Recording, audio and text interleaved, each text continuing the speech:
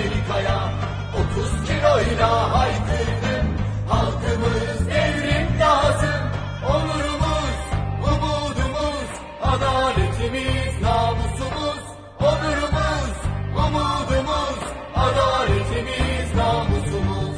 Halkları birleştirdin, 7 notanın komutanı. Yıldızlı yürek İbrahim Gökçek. Halkları birleştirdi, 7 notanın komutanı.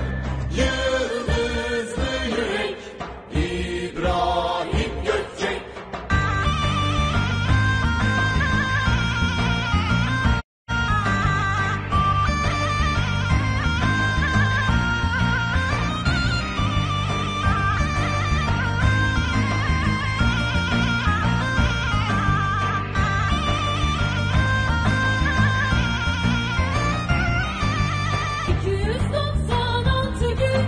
Bükülmedi bileğin, adalet savaşçısı, halkın kocak yüreği. 296 gün bükülmedi bileğin, adalet savaşçısı, halkın kocak yüreği. Onurumuz, umudumuz, adaletimiz, namusumuz. Onurumuz, umudumuz, adaletimiz, namusumuz. Yenilecek bu zulüm, ya adalet ya ölüm. Mustafa sana andolsun, sorulacak hesabın sözüsün. Yenilecek bu zulüm, ya adalet ya ölüm. Mustafa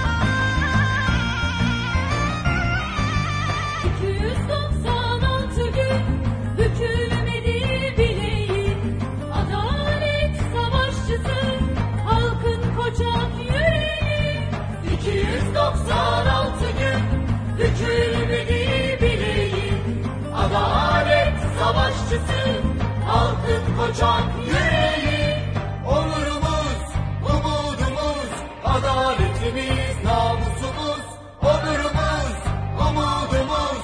Adaletimiz namusumuz. Yenilecek bu zulüm, ya adalet ya ölüm. Mustafa sana andolsun, sorulacak hesabın sözüsün. Yenilecek bu zulüm, ya adalet ya ölüm. Mustafa sana andolsun, sorulacak hesabın sözüsün.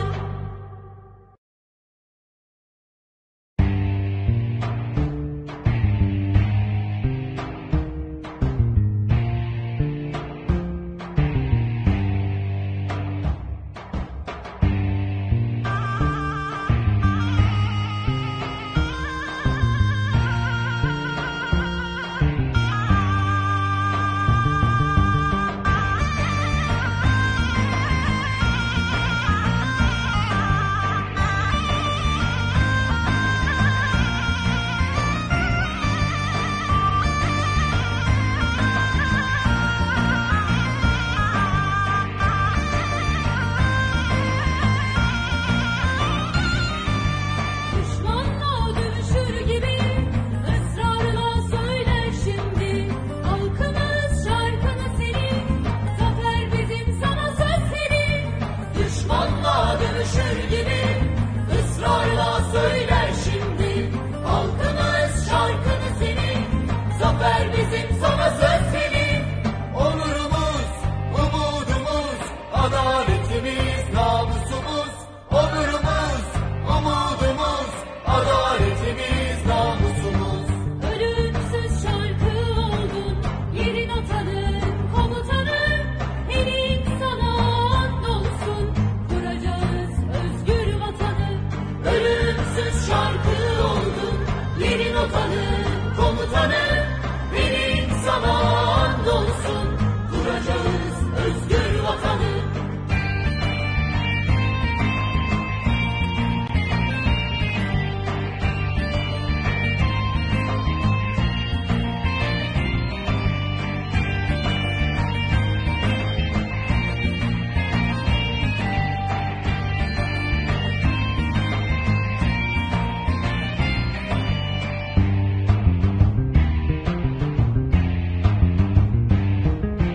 Anadolu'dan Antarktika'ya, Antarktika'dan Latin Amerika'ya 30 kiloyla haykırdım, halkımız devrim lazım. Anadolu'dan Antarktika'ya, Antarktika'dan Latin Amerika'ya 30 kiloyla haykırdım, halkımız devrim lazım. Onurumuz, umudumuz, adaletimiz namusumuz. Onurumuz, umudumuz, adaletimiz namusumuz. Halkları birleştirdin, yedin otanın komutanı. Yıldızlı yürek, İbrahim Gökçek. Halkları birleştirdin, yedin otanın komutanı.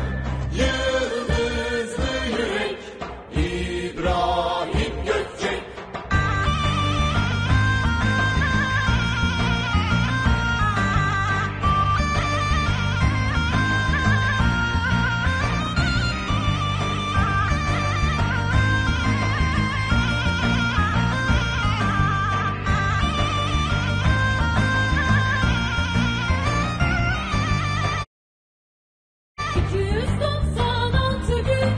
Bükülmedi bileğin, adalet savaşçısı, halkın koçak yüreği. 296 gün bükülmedi bileğin, adalet savaşçısı, halkın koçak yüreği. Onurumuz, umudumuz, adaletimiz namusumuz. Onurumuz, umudumuz, adaletimiz namusumuz. Yenilecek bu zulüm, ya adalet ya ölüm. Mustafa sana andolsun, sorulacak hesabın sözüsün. Yenilecek bu zulüm, ya adalet ya ölüm. Mustafa sana andolsun, sorulacak hesabın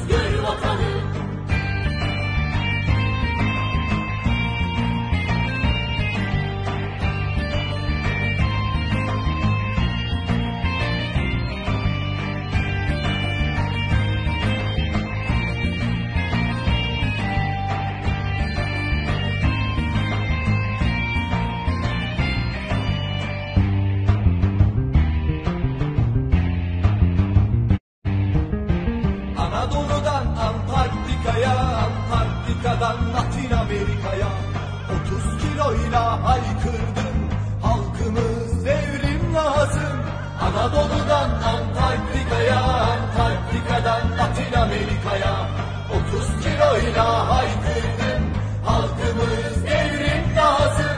Onurumuz, umudumuz, adaletimiz, namusumuz. Onurumuz, umudumuz, adaletimiz, namusumuz. Halkları birleştirdin, yedi notanın komutanı, yıldızlı yürek İbrahim Gökçek. Halkları birleştirdi, yedi notanın komutanı, yıldızlı yürek İbrahim Gökçek.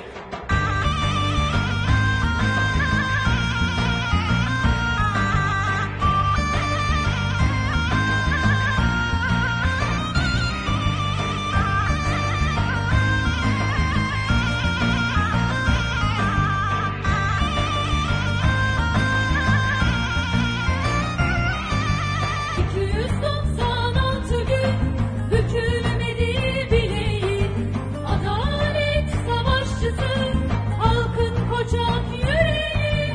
296 gün bükülmedi bileğin, adalet savaşçısı, halkın koçak yüreği. Onurumuz, umudumuz, adaletimiz, namusumuz. Onurumuz, umudumuz, adaletimiz, namusumuz. Yenilecek bu zulüm, ya adalet ya ölüm. Mustafa sana andolsun, sorulacak hesabın sözüsün. Yenilecek bu zulüm, ya adalet ya ölüm. Mustafa sana andolsun, sorulacak hesabın sözüsün.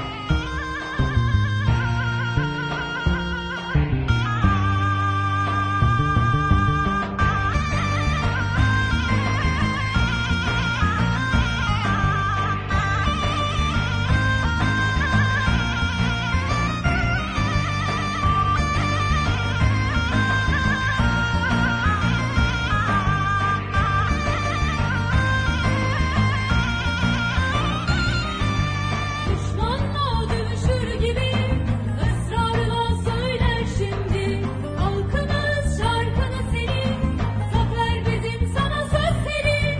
Düşmanla dövüşür gibi ısrarla söyler şimdi. Halkımız şarkını senin, zafer bizim sana söz senin. Onurumuz, umudumuz, adaletimiz, namusumuz. Onurumuz, umudumuz, adaletimiz, namusumuz. Ölümsüz şarkı oldun, yedi notanın komutanı. Elin sana andolsun, kuracağız özgür vatanı. Ölümsüz şarkı oldun, yedi notanın komutanı. Verin sana andolsun, kuracağız özgür vatanı.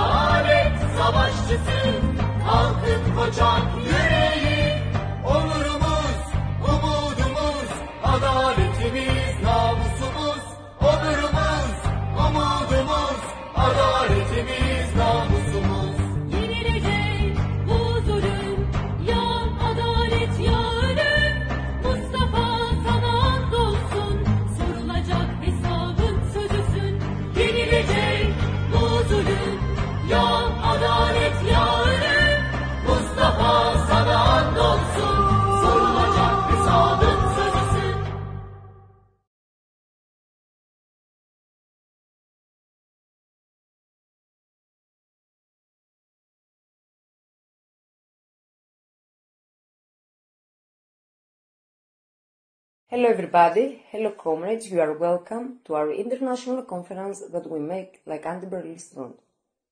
From USA to Turkey, from Palestine, Donbass, Ireland to Latin America, Middle East and Europe, imperialism, fascism and injustice mean the people can't breathe. This is the main topic of the conference, and we think that it's really important to discuss about this, analyze the period and situation, unite, organize and fight together. In all this period, imperialism, fascism and injustice attacking the people, the workers, the youth, the struggles and the revolutionaries, but also huge struggles taking place all over the world. In Turkey, felt martyrs, 3 of our comrades in big death-fast resistance. The members of revolutionary music group Yorum, Helin Bolep, our immortal soul, in 288 days of hunger strike, and Ibrahim Gökçek, our starlit heart, at 323 days. Also the fighter of justice, Mustafa Komçak, in 297 days of death-fast resistance. The martyr under the attacks of liberalism and AIF fascism because they were fighting for the rights for poor people, of youth. They're fighting for justice for the people in Turkey and generally in Anatolia. That's why they became now symbols of resistance and justice for all the people in the world.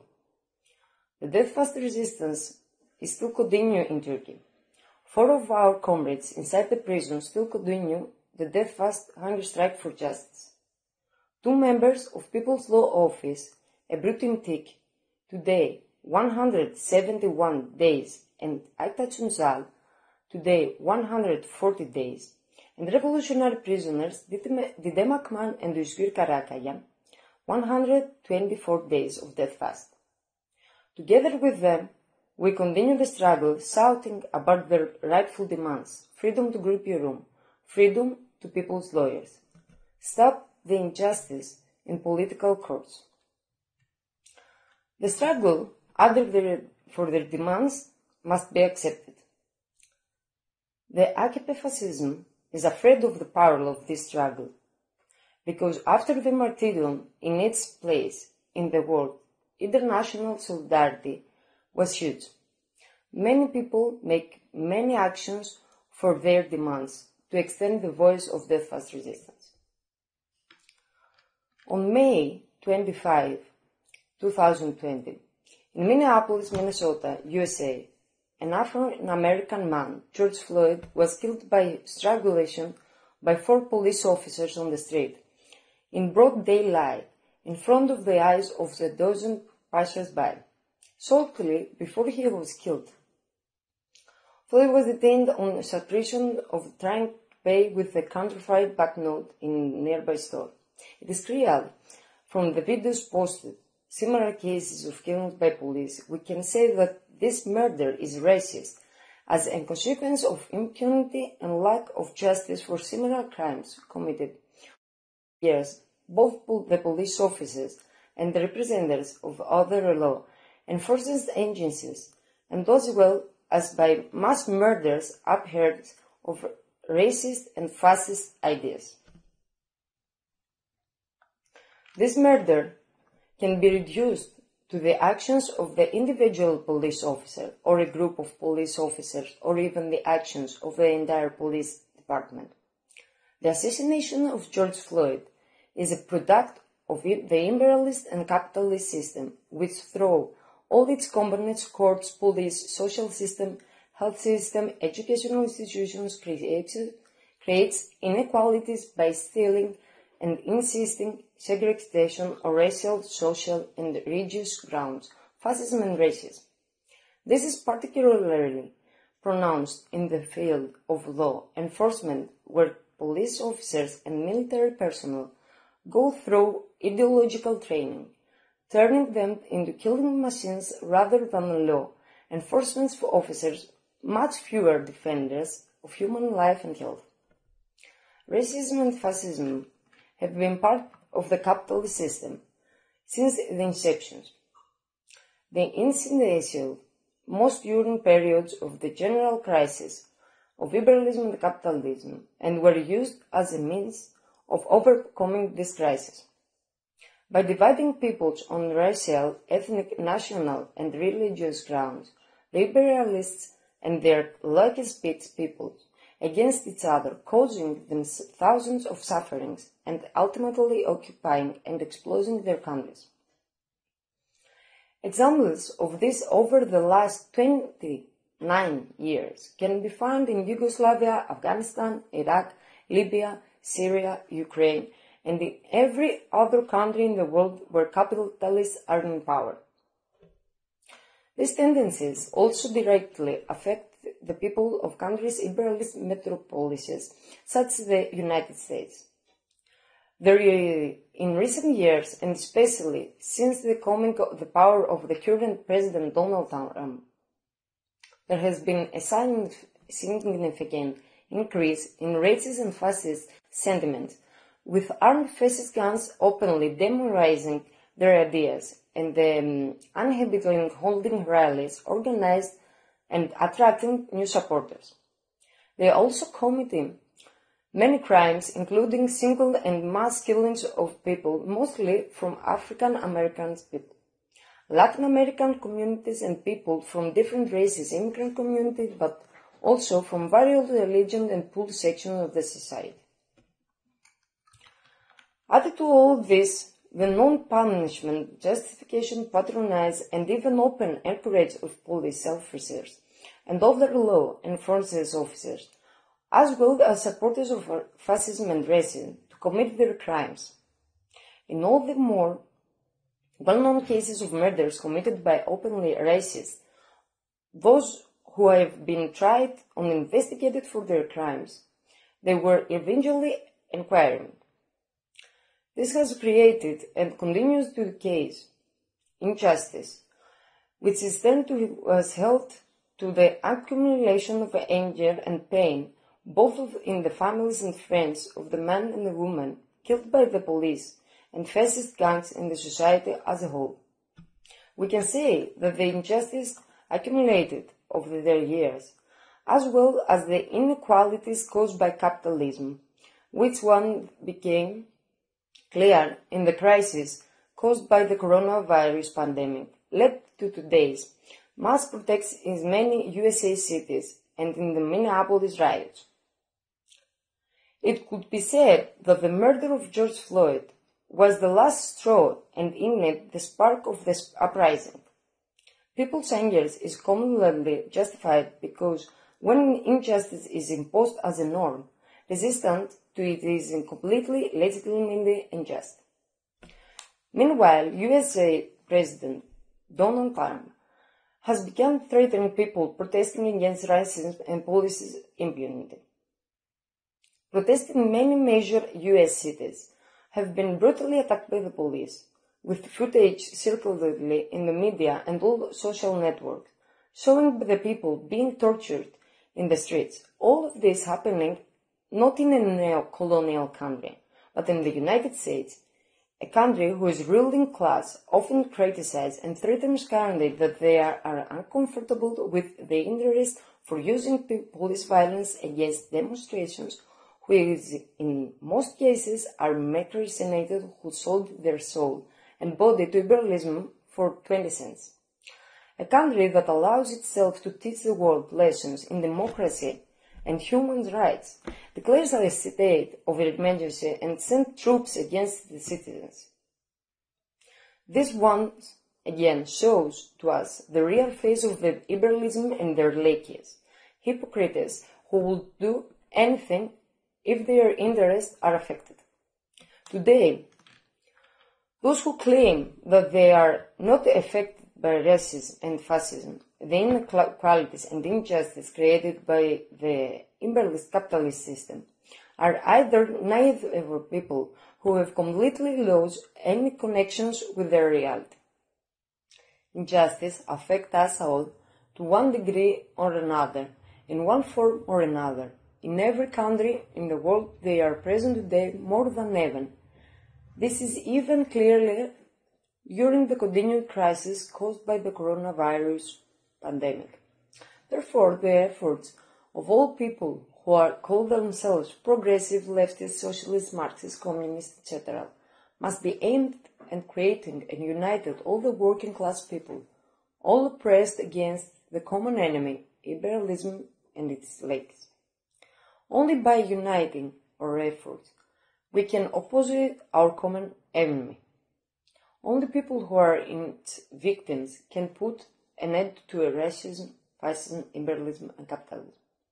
But in order not to be victims anymore, but destroyed of our common enemy and the evils created by it, we must unite and fight with all methods and means.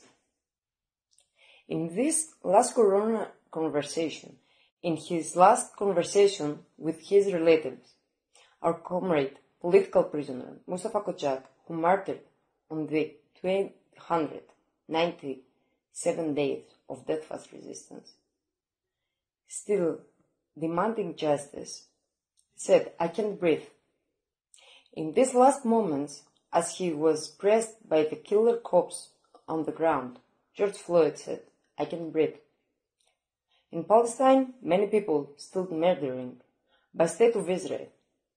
West imperialism and Zionism are making massacres against Palestinian people.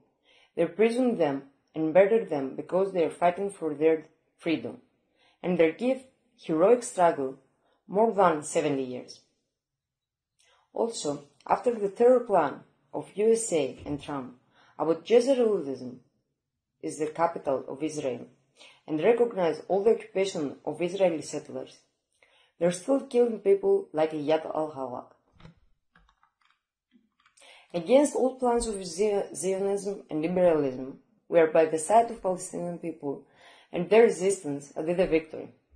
From Anatolia to America, imperialism, fascism and justice are killing the people. Justice is necessary for all of us, just like air, water, sun and bread. Just as we cannot live without them, we cannot live without justice. Murders must not go unpunished. Let us unite and fight against our common enemies, imperialism and fascism. We can start now our conference and our speeches for the conference with People's Front of Turkey.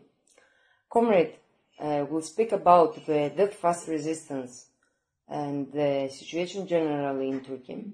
We'll continue with Greg Butterfield for Struggle Alusa in USA, who will speak about the murdering of George Floyd and the resistance in USA. We will continue after with Sami Dun, Charlotte Kate. Sami Dun is political network for Palestinian prisoners.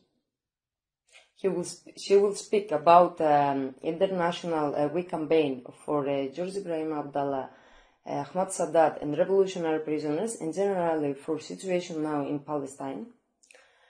With Alexei Albu in Donbass from Borodba, he will speak about West imperialism invasion and collaborators of fascist Nazis in Kiev, and the importance of Liberals Front and international solidarity.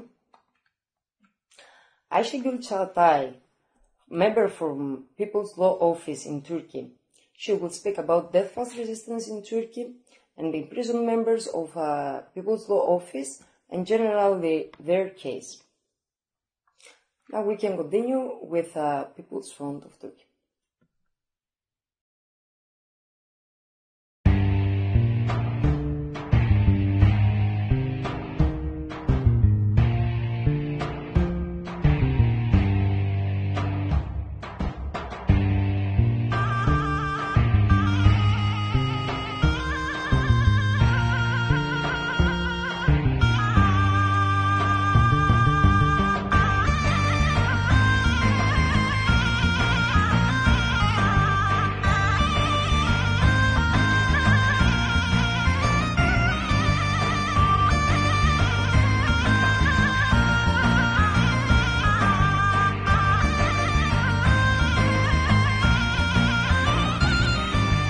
Düşmanla dövüşür gibi ısrarla söyler şimdi.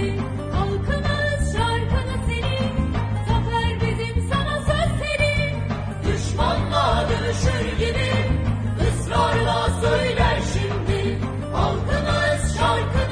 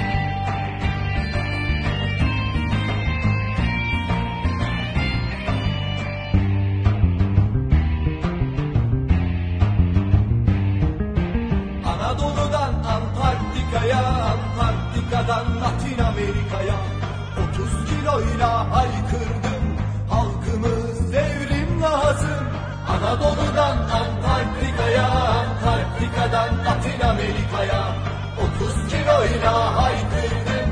Halkımız devrim lazım. Onurumuz, umudumuz, adaletimiz, namusumuz. Onurumuz, umudumuz, adaletimiz, namusumuz. Halkları birleştirdin, yedi notanın komutanı. Yıldızlı yürek, İbrahim Gökçek. Halkları birleştirdin, yedi notanın komutanı. Yıldızlı yürek, İbrahim Gökçek.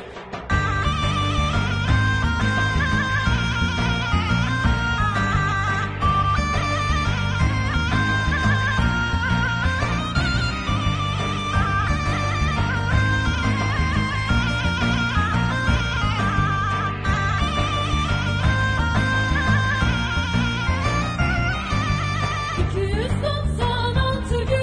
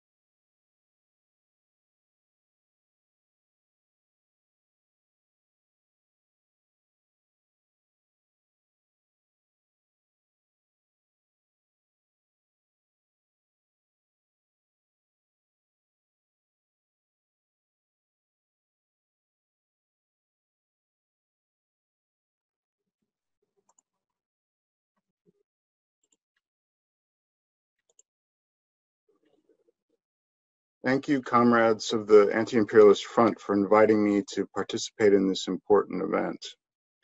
On behalf of my comrades from the Socialist Unity Party of the U.S. and Struggle of Lucha newspaper, I especially want to express our solidarity with the heroic comrades on hunger strike in Turkey's prisons and the families and friends of those who have perished. We honor the revolutionary example of Helene, Ibrahim, and Mustafa, who refused to surrender their principles or their struggle for their imprisoned comrades. We stand with the people's lawyers, Ebru Timtik and Aytak Ünsal, as they pass through this very difficult and dangerous period of their hunger strike to the death. We demand that Turkey's fascist regime and its masters, U.S. imperialism, meet the demands and stop the persecution of lawyers, musicians, and all fighters for the people. As everyone knows, the political situation in the U.S. has changed dramatically in the past month. The militant popular uprising that followed the police murder of an unarmed black man, George Floyd, in Minneapolis, has spread rapidly to other cities. Like Comrade Mustafa Koshek, George Floyd cried out, "I can't breathe," as the capitalist state murdered him. Now this movement has reached even the smallest towns and rural areas that have not seen organized protests in generations. Yet all of these places across the U.S. report painful examples of racist police violence against Black, Indigenous, Latin American, Asian, and Middle Eastern peoples. On May 25, the political situation in the U.S. was this.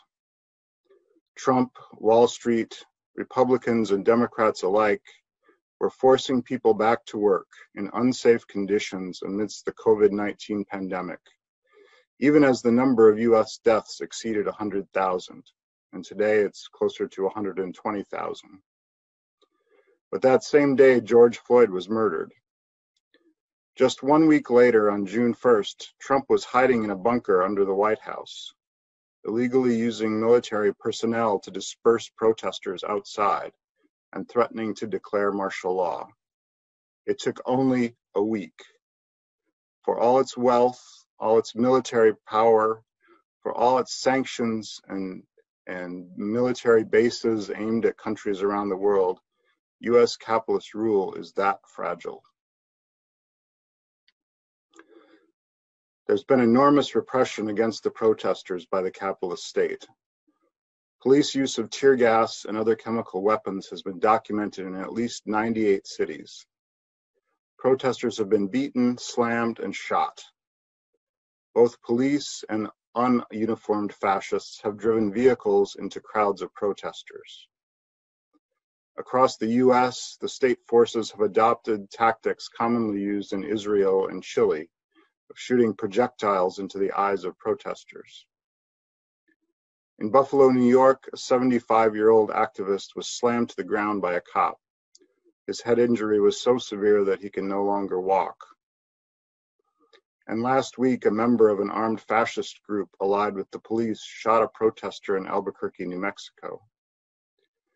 Increasingly, the capitalist state relies on these white supremacist groups to threaten the unarmed people who come out in the street to demand an end to racist murders. The police continue to lash out violently as the people rise against them. Last week, police in Atlanta assaulted an unarmed black man, Rayshard Brooks, and then shot him to death in the back when he tried to flee their chokehold. Just a few days ago, an 18-year-old security guard was shot execution-style by Los Angeles sheriff's deputies as he lay on the pavement with his hands behind his head. But none of this has deterred the people, the Black and brown communities that have spent generations suffering the terrorist violence of the capitalist state, and increasingly the working class as a whole, especially the youth. On Friday, known as Juneteenth, after the day in 1865 when one of the last outposts of slavery in the U.S. was liberated, millions of people across the U.S. once again took to the streets to demand the defunding, disarming, and dismantling of the police. These protests have already changed the U.S. political situation. First of all, Based on previous history of police killings, we can say that Minneapolis police officer Derek Chauvin, who suffocated George Floyd, would never have been fired or charged with a crime if there had not been a powerful uprising in the city of Minneapolis that frightened the ruling class and the political establishment. And his 3 accomplices would not have been charged either, had it not been for the massive national and international protests that followed the rebellion in Minneapolis. Since then, the cops who shot Rayshard Brooks in Atlanta have been fired and charged with murder. Other brutal cops have also been fired. Police commissioners have resigned. This is all a result of the power of the people in the streets. Another important milestone is the establishment of a liberated zone in the city of Seattle, Washington. For the past 2 weeks, community members and activists have held a 6-block area of the city, which they call the Capitol Hill Autonomous Zone, or CHAZ. No police or other representatives of the state are allowed entry. This has greatly frightened the ruling class, which fears it spreading to other cities. Trump has repeatedly threatened to send in the military to crush this expression of people's power.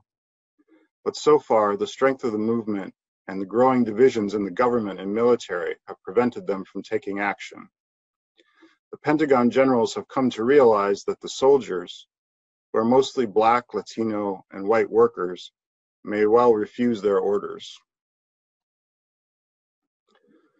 The uprising caught both wings of the capitalist political establishment, the Republicans and Democrats, and all sections of the U.S. ruling class completely off guard. And the consciousness of those participating in the protests today is much more advanced than during the original Black Lives Matter movement 5 or 6 years ago. Having gone through that experience of peaceful protests and bowing to reform politicians who were unable to make significant change, then having gone through the experience of seeing the Bernie Sanders campaign undermined by the Democratic Party establishment, young people especially are learning that both wings of the capitalist establishment are their enemies and cannot be trusted. For us, the most exciting thing is one of the most exciting things at least, is how this movement has united the oppressed Black workers with other sectors of the working class, especially young white workers, on a scale that has not been seen in a very long time. The unity of Black and white against racism is what really frightens the capitalist class here and is driving their over-the-top repression towards the movement. Since its founding as British colonies hundreds of years ago, the U.S. was built on a foundation of white supremacy. The capitalists built their incredible wealth, first of all, on the theft of indigenous land and the genocide of the continent's original inhabitants, and then by the labor of African slaves. And that legacy continues up to this day in the treatment of Black people and other oppressed nationalities here. The U.S. capitalists are masters of divide and conquer against the working class. Dividing the workers with racism against Black people is the foundation stone of their rule. But now, in a few short weeks, the foundation has begun to crack in a way we haven't seen since the great working class battles of the 1930s. Beneath this new sense of class solidarity, of course, are the effects of the capitalist crisis that coincided with and were worsened by the pandemic. More than 45 million workers in the U.S. have lost their jobs since April. And now the emergency measures that were implemented to prevent an uprising are starting to run out. Of course, we're worried about the potential for even heavier repression in the coming days and weeks. But this new militant unity against racism and the police is a very hopeful sign for the future of our class struggle here. On Friday, I spoke to hundreds of people protesting outside the New York Stock Exchange on Wall Street, the headquarters of the modern-day slave owners. There I said, the police exist only to protect capitalism, the rule of the rich over the rest of us. The only way to get rid of the racist police system is to abolish capitalism.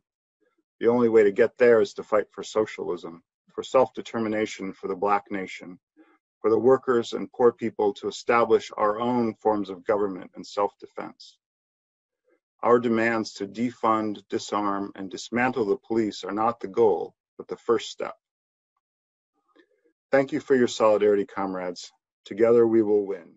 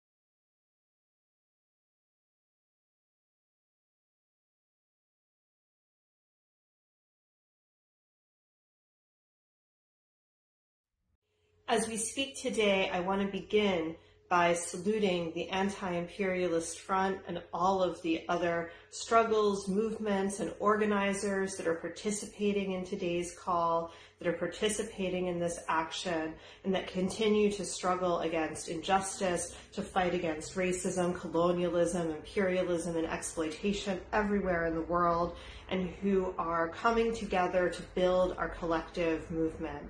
On behalf of Sami Doon Palestinian Prisoner Solidarity Network, we are very honored to join you today and to take our place in this international struggle to confront our common enemies and fight for a liberated future. As you know, this event is taking place during a global week of solidarity for revolutionary prisoners like George Ibrahim Abdallah and Ahmed Sadat, revolutionary prisoners like those in the Philippines, revolutionary prisoners like those who continue to struggle in Ireland, revolutionary prisoners like those in the jails of the Turkish regime, revolutionary prisoners like those in jail in Egypt, in Morocco, revolutionary prisoners like those everywhere around the world who continue to fight for freedom. And George Abdallah and Ahmed Sadat, while representing the Palestinian cause, also represent that global view of liberation that this event represents as well. And of course, as this week is taking place, this is not taking place alone. It is taking place amid a powerful and deeply rooted uprising that is taking place in the United States. And this uprising that we see on the streets of cities, when we hear the call of Black Lives Matter, when we see the demand that Black liberation matters, this is a movement that's developing from deep and strong roots.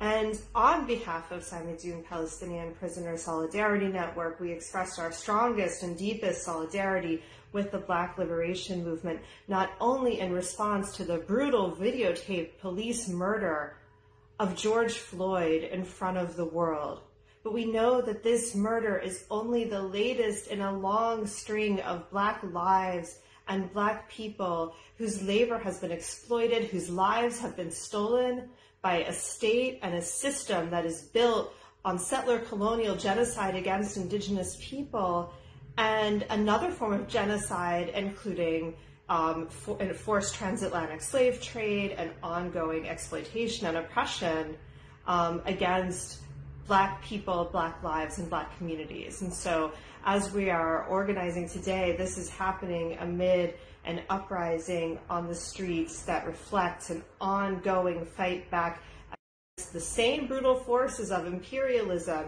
that threaten people around the world, the same brutal forces of imperialism that are backing Israeli occupation forces in Palestine, or the same brutal forces that are sending military armed police into the streets of Black communities, into the streets of working class neighborhoods across the United States, and attempting to continue a reign of terror that has taken place for centuries. We know that the United States and Israel, they don't only share a common framework of settler colonialism and racism, they actively share with one another technologies and security techniques that are used to repress Black communities in the United States and are used to repress Palestinians inside occupied Palestine. And so when we see the images of the murder of George Floyd, when we see the image of the knee on the neck, what we're seeing is the indelible image of the exploiter and the oppressor attempting to stamp out the lives of the people. We see the global contradiction of imperialism versus the people, and we see what racialized capitalism in the United States looks like for Black people and for all people who are really fighting against the system and who are fighting to survive and fighting to live in a system that has dedicated its resources to destroying their lives rather than proclaiming them. And so in this context, we recall the words of Ahmed Sadat, the imprisoned General Secretary of the Popular Front for the Liberation of Palestine, who wrote in response to the words of Black revolutionary Huey Newton, "From inside the occupier's Ramon prison, on behalf of myself, my comrades, and the Palestinian prisoners movement, we extend our clenched fists of solidarity and salute and arms of embrace to our Black comrades whose struggle for the liberation in the belly of the beast continues today against fierce repression. So when we witness the escalation of against our movement, as we see today in the Philippines, as we see in the murderous and orchestrated attacks on our Palestinian resistance, we see the criminalization of Black people and movements. We are still seeking to defend our peoples from the relentless assaults of capitalism, Zionism, and imperialism, and their police and military forces. The struggle, the cause, and the movement of the Black Panther Party and the Black Liberation Movement are not a closed file. It is an open file, an ongoing struggle, and a continuing movement for justice and liberation. The ideas and of the experiences of the elders of the movement, especially those who have come through prison, stand alongside those ideas passed down through writing, books, and literature to carry on from one generation to another the trajectory and path of struggle toward a future in which youth are today coming forward to lead Black and Palestinian revolutionary struggles for liberation. So within this context of the escalating imperialist and Zionist attacks, of the police riots against people taking to the streets in the United States, we're also seeing the threat of an annexation inside occupied Palestine. Now, of course, all of historic Palestine is occupied. There's been ongoing colonization for over 100 years in Palestine and 72 years of Zionist colonialism and incremental genocide and ongoing and uninterrupted Nakba. And this isn't a crime that's perpetrated by Israeli occupation forces alone. It's one that is entirely funded, supported, and mobilized by the forces of imperialism in the world, including the European states and particularly the United States of America. So we see Benjamin Netanyahu declaring openly his intention to illegally and unlawfully, in violation of all principles of international human rights law and humanitarian law, annex the Jordan Valley, which is one of the most fertile parts of the West Bank. It's part of the agricultural breadbasket of the Palestinian people. And so this is not only an attack on Palestinians' right to their land, it's also an attack on Palestinians' ability to sustain themselves and grow their resources and feed their communities. That's, one reason why this annexation is not just land theft, it's also an act of ongoing genocide. This annexation plan is designed to exclude Palestinians from any kind of self-determination and sovereignty in over 90% of historic Palestine, meaning that it fundamentally is designed to exclude Palestinians from self-determination and sovereignty altogether. Now, this might seem like a radical step, but in fact, it has been the logic of Zionism from the beginning, which has been to occupy more of the land and exclude more and all of the Palestinian people. Zionism is a racist movement. It has been built in alliance and in friendship and in collaboration with historic European colonialism and with today's U.S. imperialism. It's fundamentally a racist ideology and is the guiding ideology of the Israeli state. It's not a movement that's based on seeking justice for Jewish people against anti-Semitism and racism.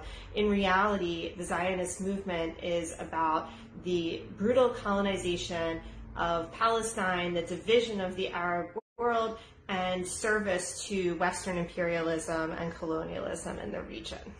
So in this context where Benjamin Netanyahu is declaring that the Israeli state is going to annex, allegedly 30% of the West Bank, but in essence 90% of Palestinian land, on the 1st of July, what is the importance of a week of action for political prisoners today, for revolutionary prisoners? Because what we're also seeing is that the resistance and the people are under attack. And if we want to support the Palestinian resistance that continues to fight back, because when we say that there have been 100 years of colonization in Palestine, we also know that there have been 100 years of resistance. Just like in the Black Liberation Movement did not start and end yesterday and today, there are still prisoners of this movement that continue to provide leadership and struggle and produce thought and consciousness within prisons like Jalil Muntakim, Mumia Abu Jamal, Mutulu Shakur, Russell Maroon Shoatz, who continue to fight for freedom. In Palestine, there are over 5,000 Palestinian political prisoners. They represent the resistance of the Palestinian people. And that includes all forms of resistance. Yes, that includes armed struggle to defend the land and the people of Palestine and to liberate it from occupation and oppression and apartheid and colonialism. But it also includes organizing students, organizing workers, organizing women, building community movements. All of these things are criminalized by the Israeli occupation because they present a fundamental threat to its ongoing crimes against humanity, to its ongoing war crimes, and to its ongoing genocidal project. The Palestinian prisoners represent the true leadership of the Palestinian National Liberation Movement. Not the Oslo process, not the so-called Palestinian Authority that continues to engage in security coordination with Israel. These are the leadership of the Palestinian people. And so when we struggle for the liberation of Palestinian political prisoners, what we are also struggling for is the cause for which they have sacrificed so much, which is the liberation of Palestine from the river to the sea. And so we know that when we're fighting for Palestine, we're standing for Palestine. Why is this cause so important internationally? Because the struggle in Palestine is not just, as Ghassan Kanafani said, it's not a struggle for Palestinians alone. It is the cause of the oppressed, the cause of every revolutionary in our era. And that is because Palestinians face imperialism, Zionism, and Arab reactionary regimes, not just the Israeli state. And so at the same time, that means that there is a Palestinian, Arab, and international struggle for freedom in Palestine, but to defeat imperialism, because a victory for Palestine is a victory for all people struggling for justice, and a victory everywhere where people are fighting for justice and fighting for liberation is also a victory for Palestine. And just as we spoke about Ahmed Sadat, the imprisoned leader of the Popular Front for the Liberation of Palestine, whose powerful words on the Black liberation movement show just how effective and brilliant of a leader that he is and why Israel wants him in jail. George Ibrahim Abdallah also represents this multifaceted aspect of Palestinian resistance.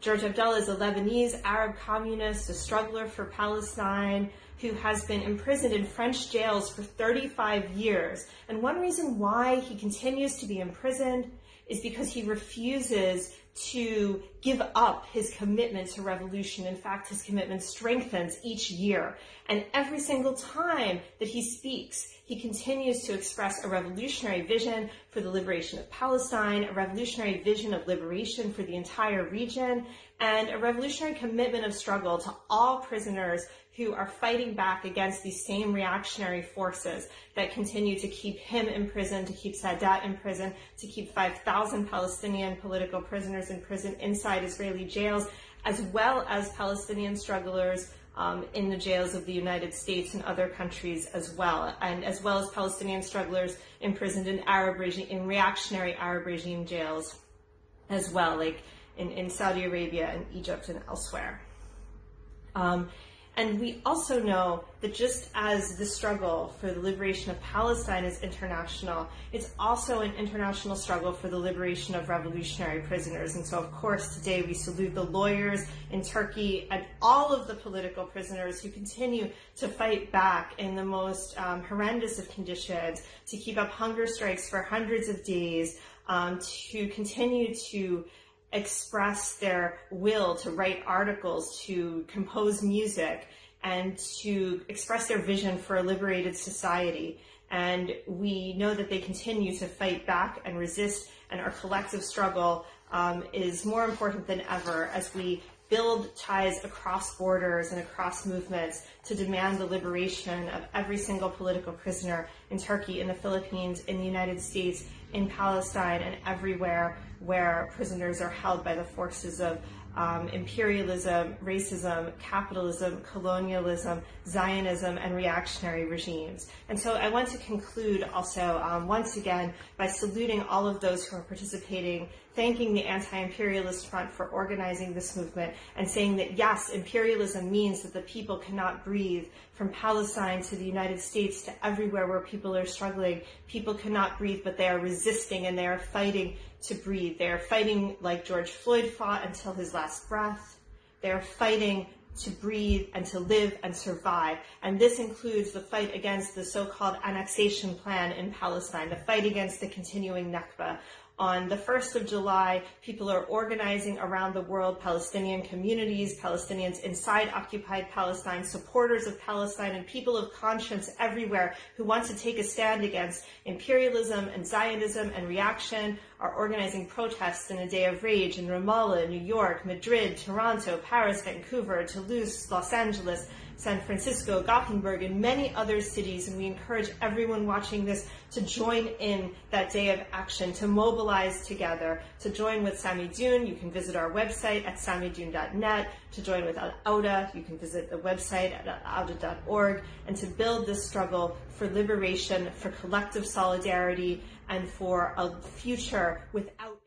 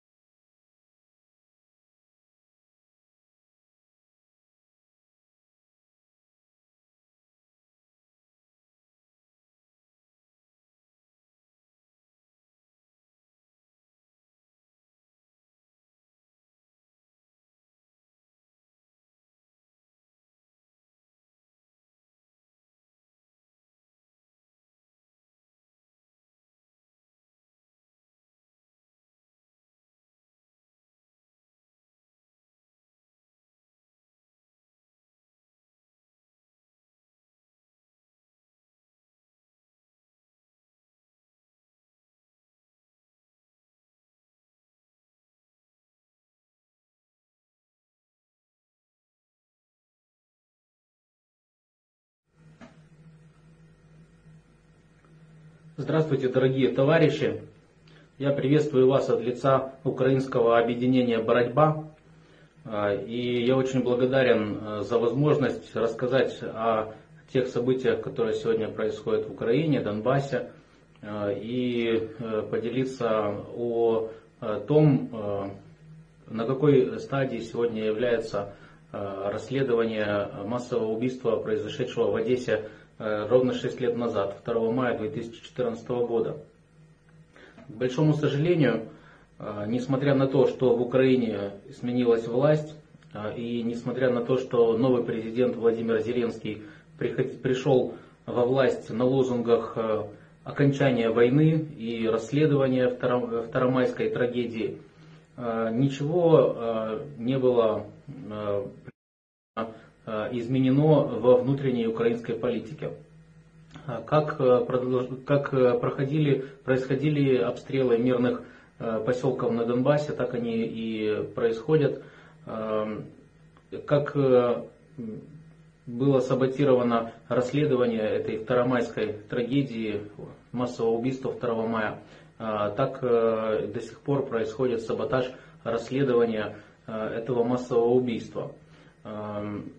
Уже прошло 6 лет, и до сих пор не был наказан ни один из тех, кто нападал на беззащитных одесситов, ни один из организаторов этой трагедии, ни один из исполнителей и ни один из заказчиков.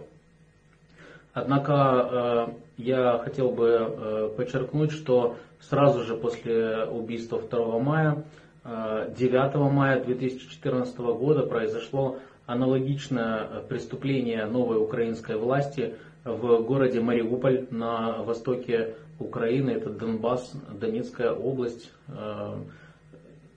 пока еще Донецкая область.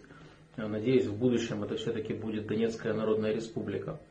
Так вот, в этом городе 9 мая 2014 года произошел расстрел мирных людей из бронетехники. И украинский парламент, Верховная Рада сразу же создали депутатскую комиссию, которая должна была расследовать 2 этих преступления.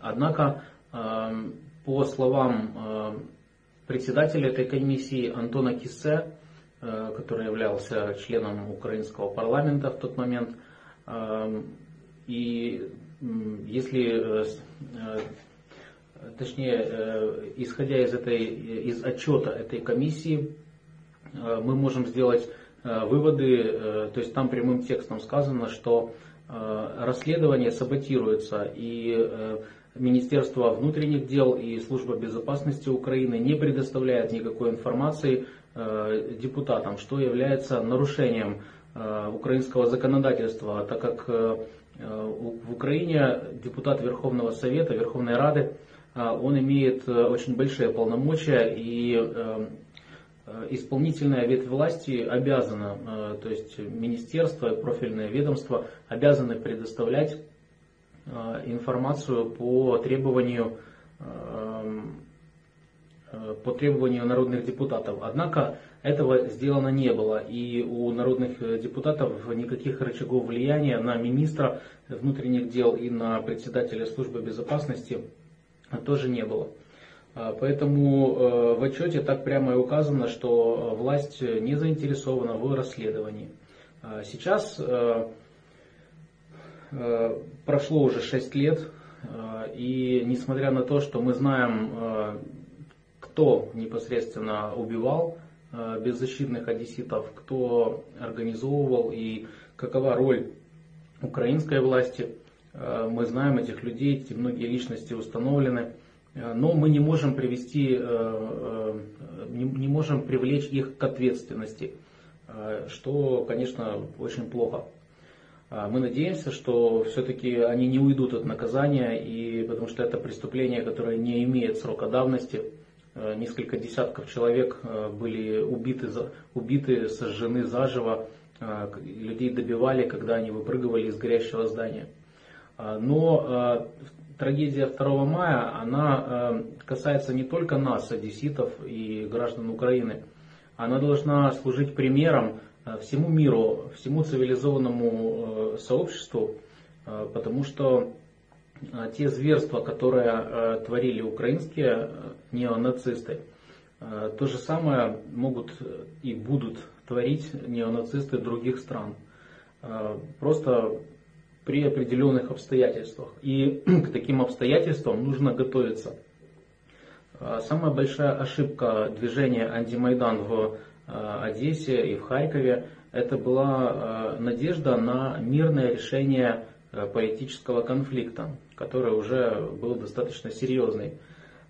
И эта роковая ошибка привела к тому, что сегодня и Одесса, и Харьков, и другие города Новороссии находятся под властью неонацистов, точнее, правильнее будет сказать, под властью неолибералов, которым служат неонацисты.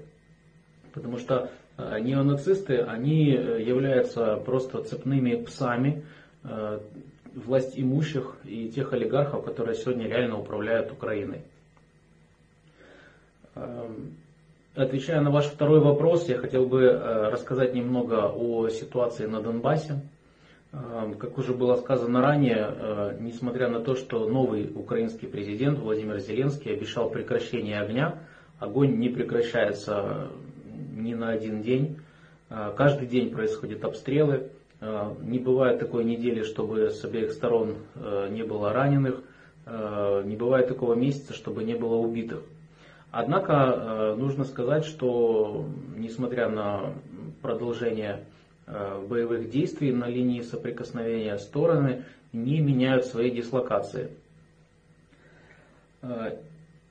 Если, конечно, не считать захват серой, так называемой серой зоны, нейтральной полосы украинскими солдатами.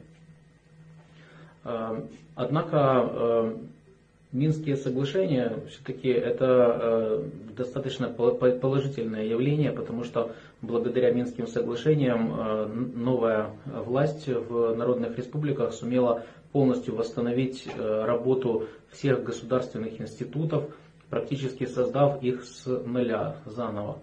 Во многих структурах личный состав поменялся на 80% и может быть и более.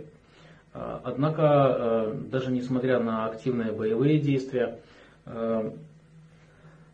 многие структуры продолжали работать, за что им большое спасибо. И сегодня в глубине республик, то есть в регионах, которые находятся на определенном отдалении от линии фронта, жизнь достаточно мирная, и практически все было восстановлено до уровня 2013-2014 годов. Однако хотелось бы еще отметить влияние пандемии, которая хоть и не так сильно сказалась на Луганской Народной Республике и Донецкой Народной Республике, однако, учитывая слабость всей экономики, пандемия все-таки сыграла очень отрицательную роль и повлияла на благосостояние граждан. Конечно, на территории бывшего Советского Союза, это благодаря советской системе здравоохранения, пандемия не нанесла такой ущерб и не погибло такое большое количество людей, как погибло в Соединенных Штатах или Западной и Южной Европе. Однако, я бы хотел, я связываю этот факт с тем, что в советское время была поголовная вакцинация, где-то начиная с 60-х годов. Все граждане получали вакцину от туберкулеза, так называемую БЦЖ. И сейчас уже многие ученые из разных стран признали эффективность БЦЖ,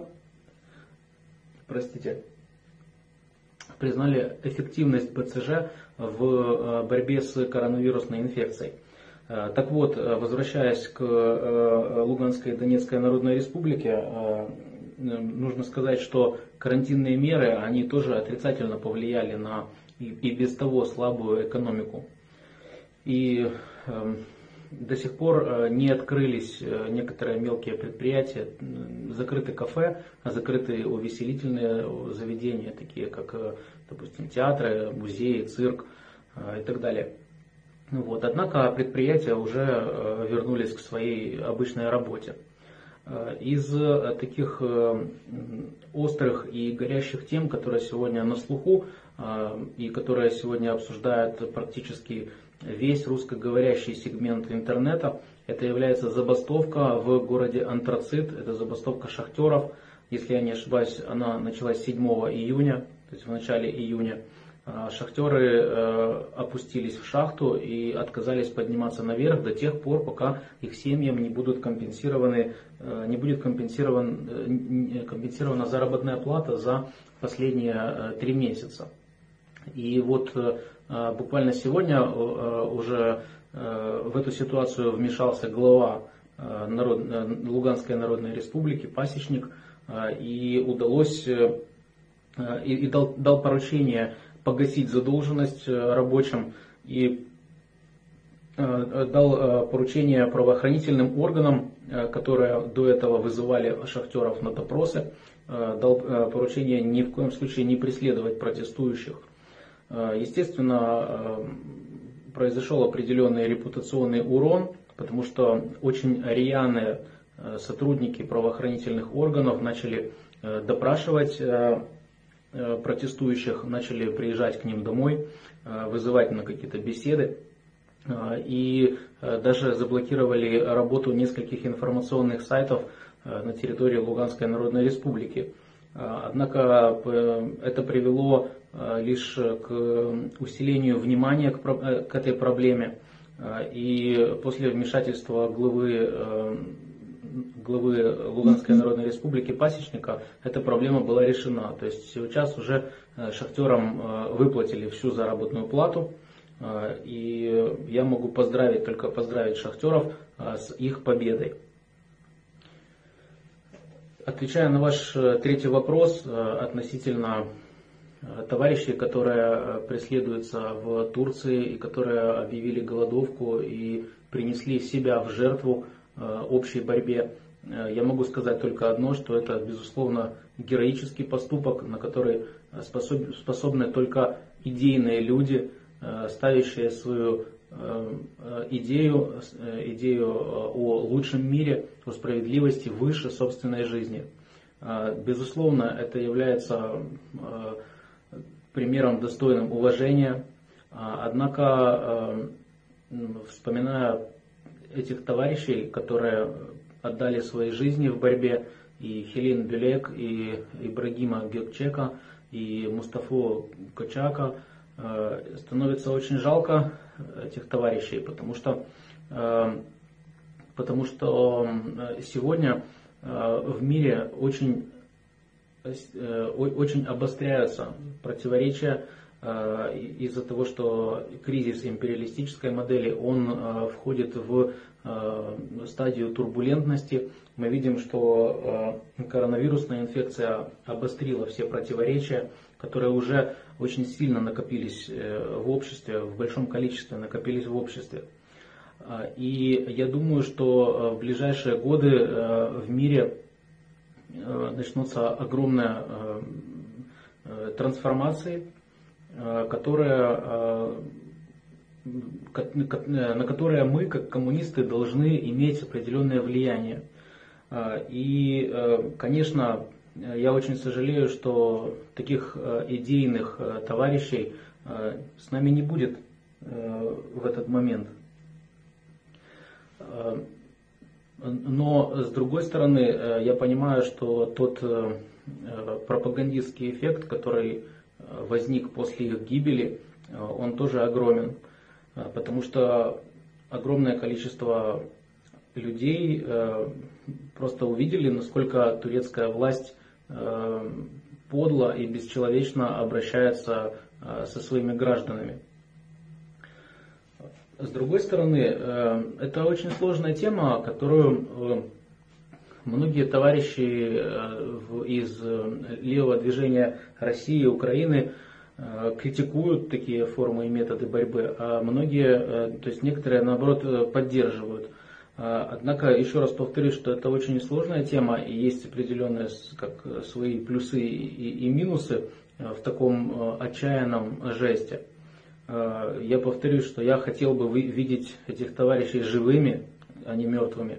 Я очень переживаю за своего товарища Айтача, который сегодня тоже находится, тоже участвует в голодовке и голодает больше 130 дней. Я понимаю, что эти шаги – это вынужденная мера, что власти не оставили больше никакой другой надежды и никаких других путей для того, чтобы доказать свою правоту, для того, чтобы показать свою невиновность. Мы знаем, что карательная и репрессивная машина в Турции, она настолько же ужасна, насколько и украинская карательная машина. Извините.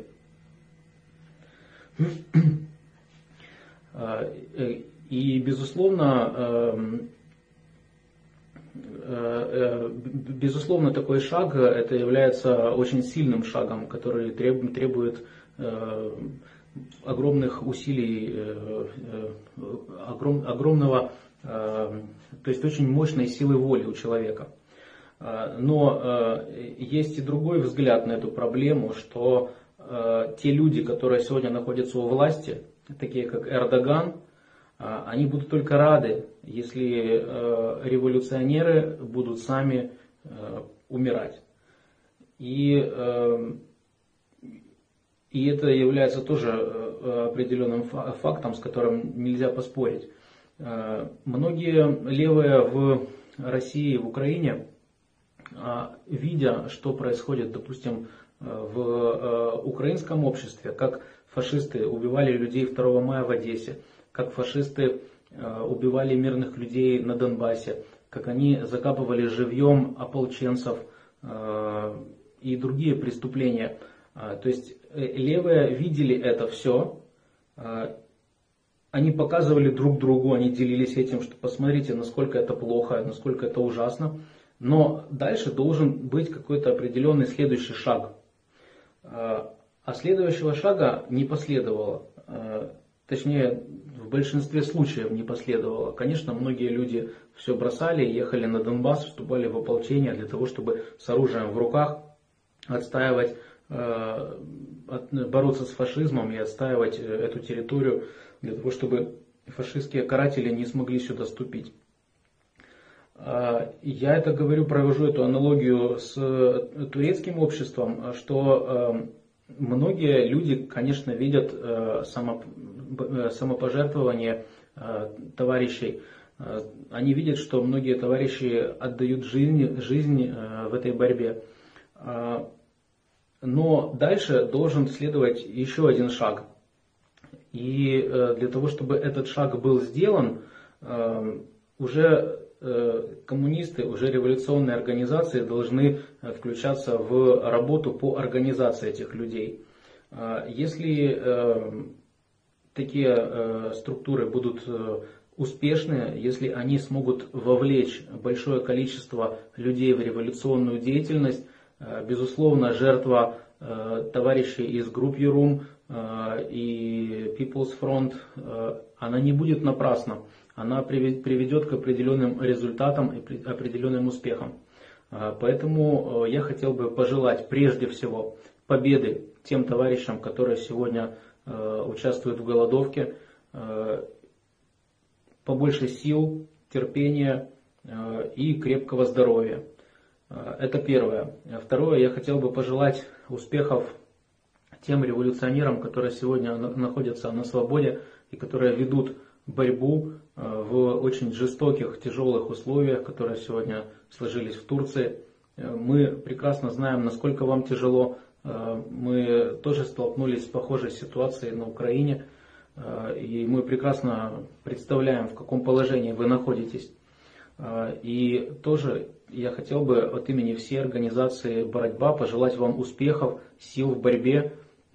И самое главное, я уверен, что эта борьба, она не будет напрасна, что она приведет к определенным результатам. Нам нужно всем чаще общаться, больше координировать усилия. Нам нужно решать определенные организационные вопросы, вопросы, связанные с информационной работой, с юридической поддержкой.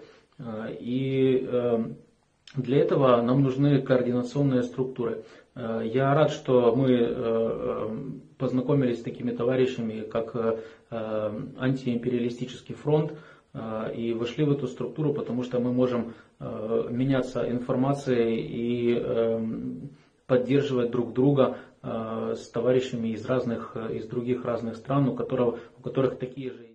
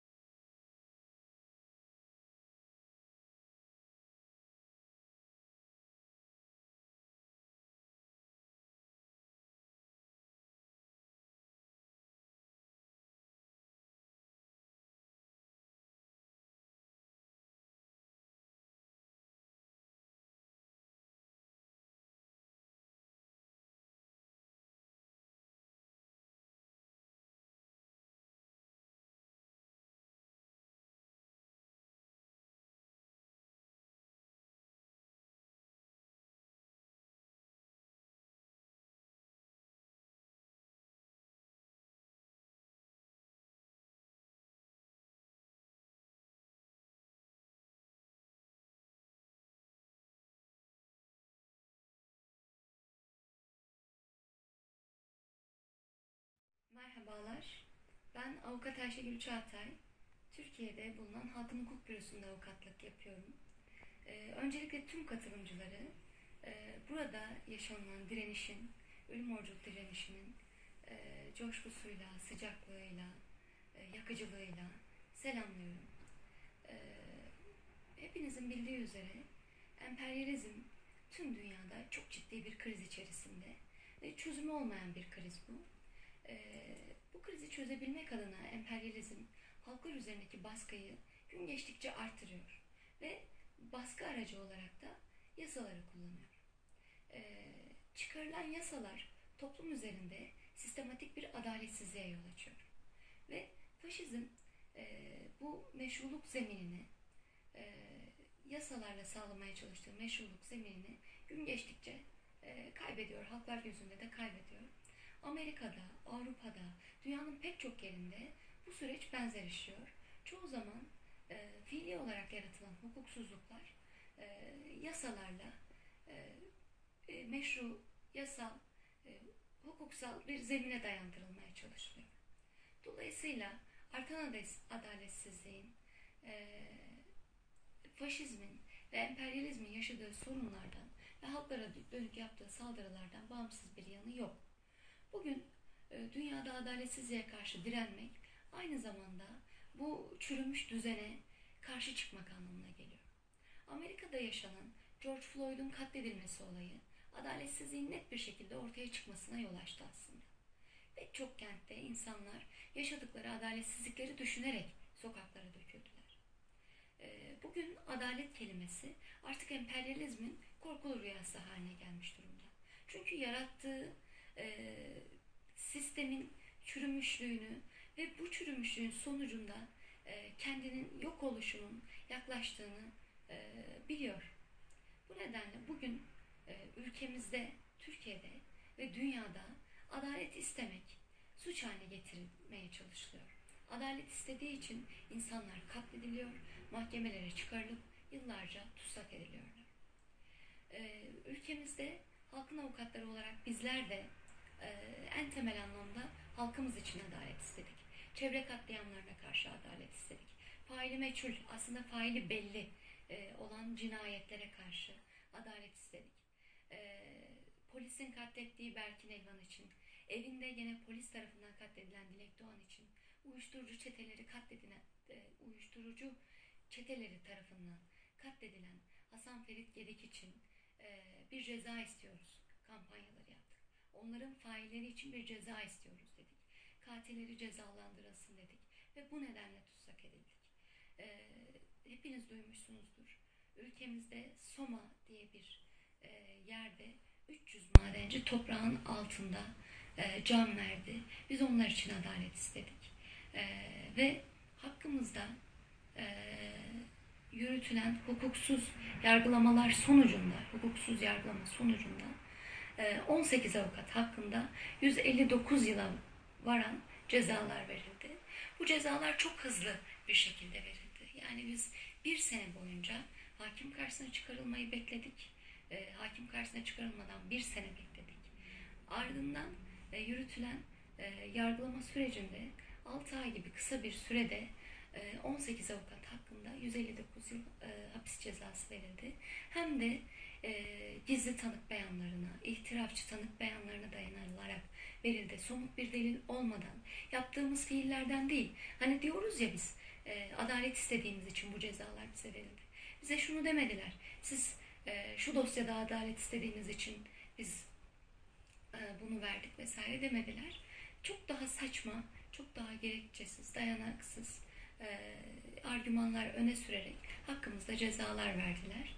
Ve hukukun en temel ilkelerine bile uyulmadı. Savunma hakkımız gasp edildi, adil yargılanma hakkımız gasp edildi. Bize son söz hakkı bile tanınmadı. Avukatlarımız duruşmadan çıkarıldı. Ve Avrupa'dan meslektaşlarımız da aslında bu sürecin yakından izleyicisiler. Bugün dosyamıza takip ettikleri sürece dair dilekçeler sundular. Avrupa'dan 550'den fazla meslektaşımız, Avrupa'dan ve dünyadan 550'den fazla meslektaşımız adil yargılanma hakkımızın gasp edildiğini söyleyen ve adil yargılanmamız gerektiğini, taleplerimizin kabul edilmesi gerektiğini söyleyen dilekçeler verdi dosyamıza. Türkiye'den yüzlerce meslektaşımız hem duruşmamıza katıldı, hem de gene adil yargılanma talebimizi dile getirdi. Bugün bu ceza aldığımız dosya Yargıtay incelemesinde ve hızla onanmaya çalışılıyor dosyamız. Hızla hakkımızda cezalar verilmeye çalışılıyor. Bize dosyamızda şunu söylüyorlar. Soma'ya gittiniz. Madencilerin katledildiği o alana gittiniz ve o alanda ne yaptınız, neyi amaçladınız? Biz dedik ya, adaleti sağlamaya amaçladık. Oradaki madencilerin, madenci yakınlarının sesi olmaya çalıştık. Ama bu bile, oraya gidip madenci yakınlarının yanında durmamız bile aslında iktidarı rahatsız etti ve bu başka yerlere çekilmeye çalışıldı. Tüm bu adaletsizliklere karşı, tüm bu saçma argümanlara karşı 5 Nisan 2020 tarihinden beri 2 avukat arkadaşımız ölüm orucunda şu an. Daha önce başladıkları açlık grevini ölüm orucuna çevirdiler. Ve bizim 3 müvekkilimiz geçtiğimiz günlerde ölüm orucunda hayatını kaybetti. Helin Bölek, Mustafa Koçak, İbrahim Gökçek, peş peşe kaybettik biz bu canları. Ölüm orucunda kaybettik. Hani dünyada ölüm oruçları aslında o kadar geride kalmış şeyler değil. Mit, efsane gibi şeyler değil. Bugün tutsak edilerek, adaletsizliklerin mağduru yapılarak, hapishanelerde sesleri tüm dünyadan, halklarından koparılmaya çalışılarak insanlar bir adaletsizliğin kurbanı haline getirilmeye çalışılıyor. Ölüme mahkum ediliyor. Betona gömülerek, beton arkasına gömülerek, beton duvarlar arkasına gömülerek ölüme mahkum ediliyor. Müvekkillerimiz buna karşı çıkmak için ölüm orucuna başlamıştı. Biz onları kaybettik. Avukat arkadaşlarımız da aslında müvekkillerimiz hala hayattayken bu direnişe başlamışlardı. Hem kendimiz için adalet istiyoruz dediler, hem ölüm orucundaki müvekkillerimiz için adalet istiyoruz dediler, hem de adaletsizliğin mağduru olan tüm halkımız için adalet istiyoruz dediler. Ve hala bu direnişleri devam ediyor.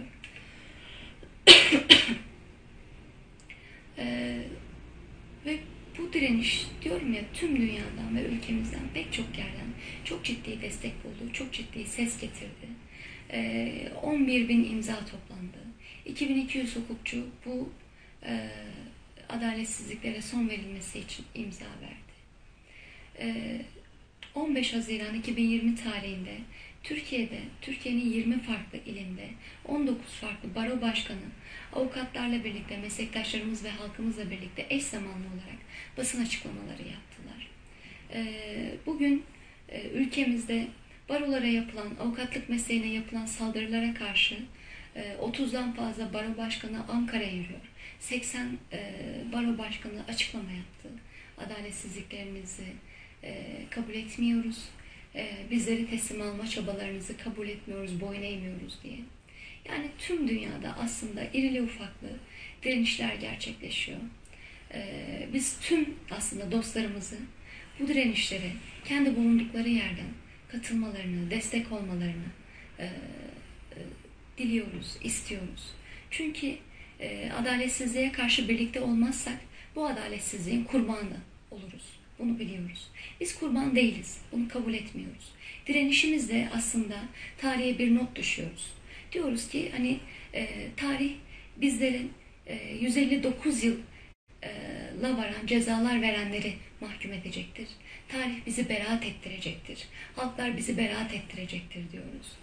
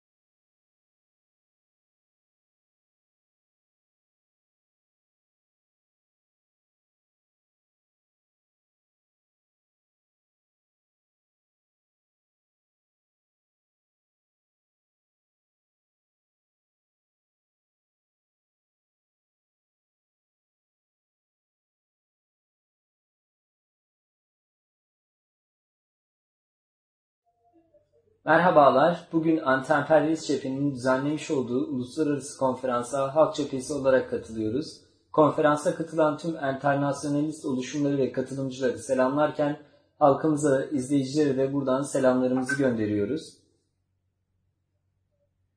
Dünyanın her yerinde halklar emperyalizme ve faşizme karşı direniyorlar. Bugün Amerika'da gerçekleşen olaylar ve ardından dünyada yaşanan büyük bir isyan, büyük bir halkın tepkisi var emperyalizme ve faşizme karşı. Tüm son dönemde yaşanan ayaklanmaların gerçekliğini de burada sizlere anlatacağız. Sorun sadece siyahi bir insanın öldürülmesi değildi Amerika'da. Amerika'daki olaylardan biraz bahsederek ülkemizdeki süreci de sizlere anlatacağız. Sadece siyahi bir kişinin, George Floyd'un öldürülmesi değildi sorun. Sorun emperyalizm halklara nefes aldırmıyor. Emperyalizm halklara nefes aldırmıyor. Irkçı politikaları ile, sömürgeciliği ile, halkların üzerindeki baskısı ile, yoksulluğu halklara dayatarak halkların nefesini kesiyor emperyalizm. Bugün Amerika'da yaşanan şehit düştü. Adaletsizlik dayatılıyor, yoksulluk dayatılıyor. İnsanlarımız evlerine ekmek götüremiyor. Halkımız açlıktan, yoksulluktan, hastalıktan kırılırken bir yanda saraylarda zevk-i sefa içinde yaşayanlar var. Buna karşı mücadele ediyoruz. Bu mücadele sonucunda Grup Yorum türkülerini yapıyordu 35 yıldır halkımızın. Bağımsızlık türkülerini, halkımızın yoksulluğunu anlatan türküler. Bu türkülerini yaparken Grup Yorum üyeleri terör listelerine alındı, konserleri yasaklandı, adaletsizlikle karşı karşıya kaldılar.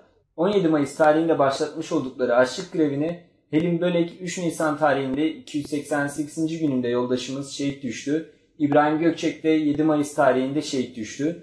Direnişinin 323. gününde siyasi zaferini ilan etmişti İbrahim Gökçek.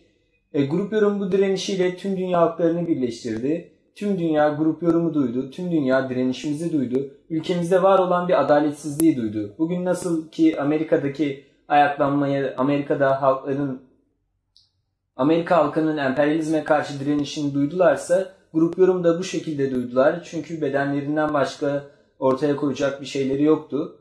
Direniş sürecince bir sürü eylem yapıldı. TEAT'lı ailelerimizden dev gençlerimize, mahalli birimlerimizden birçok ilde, ilçede, Anadolu'nun dört bir yanında, dünyanın dört bir yanında eylemlikler yapıldı Grup Yorum için. Biz vermiş olduğumuz bu direniş ile Anadolu devriminin tüm dünyaya yayılacağını biliyoruz. Uzun süreli direnişlerin ve isyanların ülkesinin adalet savaşçıları vardır. Bu adalet savaşçıları da Helin, İbrahim ve Mustafa oldu. Bu düzen sömürücü, bu düzen zorba, bu düzen alçak. Vatanımızı emperyalistlere satan işbirlikçilere karşı mücadele etmeye devam ediyoruz. Daha da fazla büyütüyoruz adalet özlemimizi. Halkların ortak talebi adalettir. Adalet özlemi büyüyor. Bugün tüm dünyada görüyoruz. Oligarşi ve emperyalizm halklara direnemezsiniz diyor. Sizin direnme hakkınızı yok sayıyor. Uzlaşmacılığı, icazetçiliği, çaresizliği kabul ettirmek istiyor. Hiçbir şekilde sesinizi çıkaramazsınız diyor. Halkların direnme hakkı meşrudur ve bu talep en doğal haklarıdır. Enternasyonalist bir dayanışmayla ancak bu olabilir günümüzde. Sadece çıkan ayaklanmalar bir anda belli bir sonuca varmazken enternasyonalist bir dayanışma ile tüm dünyada 21. yüzyılın dediğimiz gibi 21. yüzyılın ayaklanmalar çağı olmasını sağlayabiliriz. Direnme hakkını kimse yok edemez. Çünkü bunu yok etmek toplumlar tarihini yok etmektir. Direnme hakkına yok edilmesine yönelik saldırılar sadece ülkemizde de sınırlı değil. Oligarşi aynısını ülkemizde uyguluyor, aynısını Amerika'da uyguluyor, aynısını Fransa'da uyguluyor, İspanya'da uyguluyor, Yunanistan'da uyguluyor. Emperyalizm katledecek, yok edecek ama halkların iradelerini ve geleceklerini, onların direnme haklarını elinden alacak, bunu istiyor. Direnme hakkının yok edilmesine yönelik saldırılar sadece ülkemizde değil, Avrupa'nın birçok ülkesinde var ve şu an daha net bir şekilde görüyoruz Avrupa'da yaşanan ayaklanmalardan. Oligarşi aynısını ülkemizde uyguluyor, aynısını Avrupa'nın diğer ülkelerinde uyguluyor. Katlediyor, yok ediyor, senin direnme hakkını elinden almak istiyor. Direnme hakkını Türkiye ve dünya halkları olarak biz direnerek kazandık. Toplumlar tarihine bakalım, geçmişimize bakalım, halkların tarihine bakalım. Biz bunu direnerek kazandık ve direnerek koruyacağız. George Floyd'dan sonra Amerika'da 9 siyahiyi daha katlettiler sivil faşistler.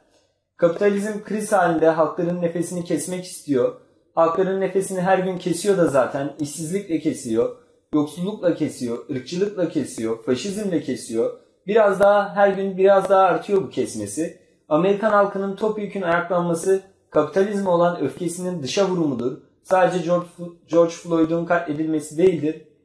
Halklar bu düzenle mutlu değil, kapitalizmle mutlu değil. Kapitalizm kendilerine bir gelecek sunmuyor. Gelecek sunamaz da. Nicel birikimler nitel sıçramalara yol açıyor. Avrupa'da da olan durum bu.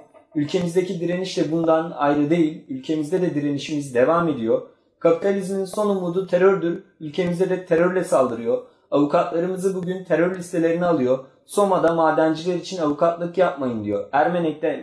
Ermenek'te avukatlık yapmayın diyor. Halk çocukları için avukatlık yapmayın diyor.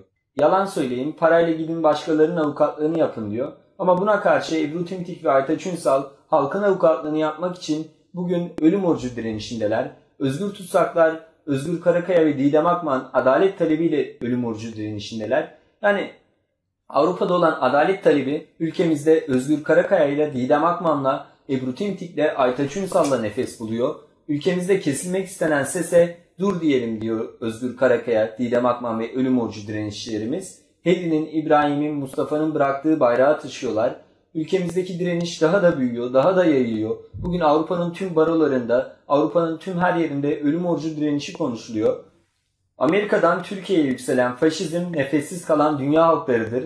Faşizme karşı nefes almanın tek yolu mücadele etmektir. Halkların tek kurtuluş umudu sosyalizmdir, devrimdir. Bunu da biz yıldızlı yüreğimiz İbrahim Gökçek'le, halkların türküsü Helin Bölek'le sağladık. Sağlamaya da devam edeceğiz. Enternasyonalist dayanışmamızı büyüteceğiz. Ülkemizdeki mücadeleyi anlatmaya, Avrupa'da, Türkiye'de mücadele etmeye devam edeceğiz. Bu krizi yok edebilecek tek güç halkların ortak gücüdür. Enternasyonalist dayanışmadır. Halkların tek kurtuluş umudu sosyalizmdir, devrimdir. Bu tarihin kaçınılmaz zorunluluğudur. Bu büyük insanlığın düşüdür. Bu düşü bir kez daha Anadolu topraklarından gerçek kılacağız. Anadolu'dan sarsacağız. Yaşasın enternasyonalist dayanışma. Dayanışma halkların silahıdır. Yaşasın ölüm orucu direnişimiz.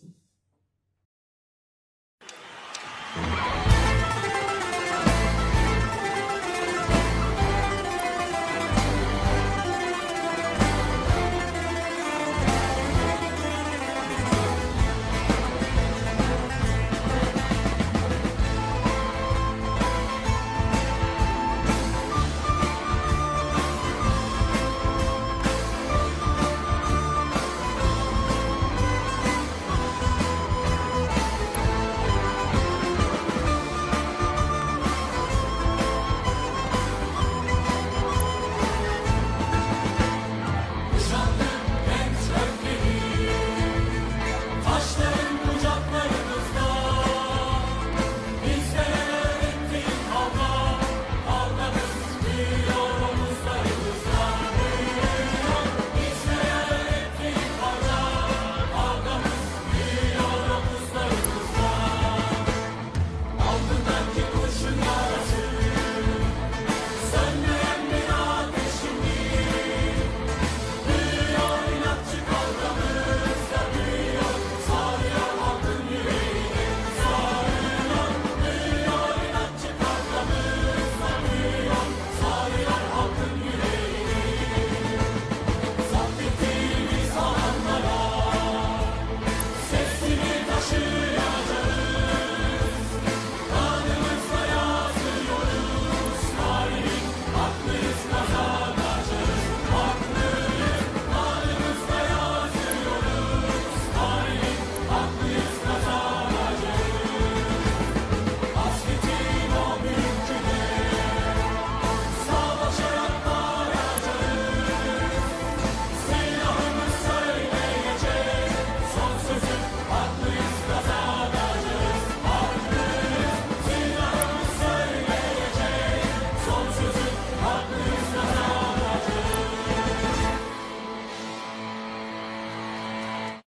Thank you, every comrade that participate in our conference. Thank you, all of you that you watch it. We want to tell one more time that our martyrs are mortal, Helin, Ibrahim, and Mustafa. We will shout about justice for George Floyd, all Afro-Americans, and all Palestinians who killed by imperialism, fascism, and Zionists. The demands of death fast resistance in Turkey must be accepted. Freedom to Group Yorum, freedom to people's lawyers, freedom to all political prisoners. To fight against liberalism, fascism and injustice, it's not a crime, it's a duty. International solidarity is our weapon. Let's unite, fight and win.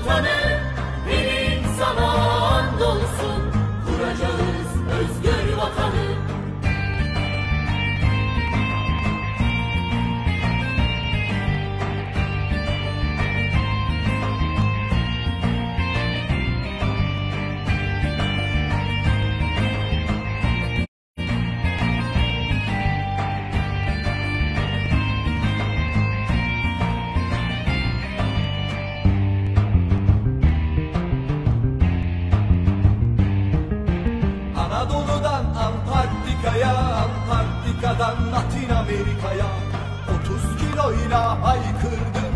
Halkımız devrim lazım.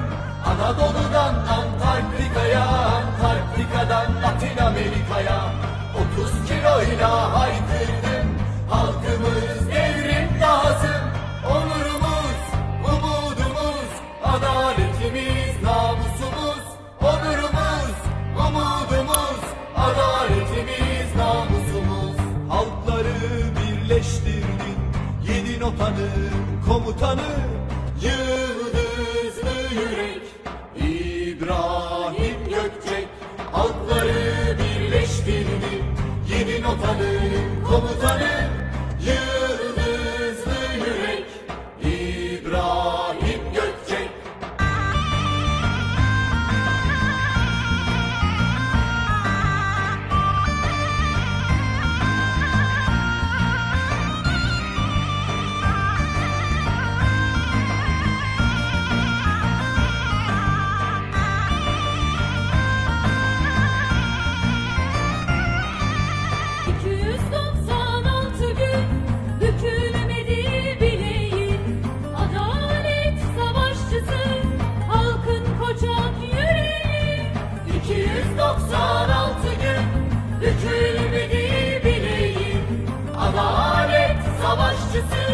Halkın koçak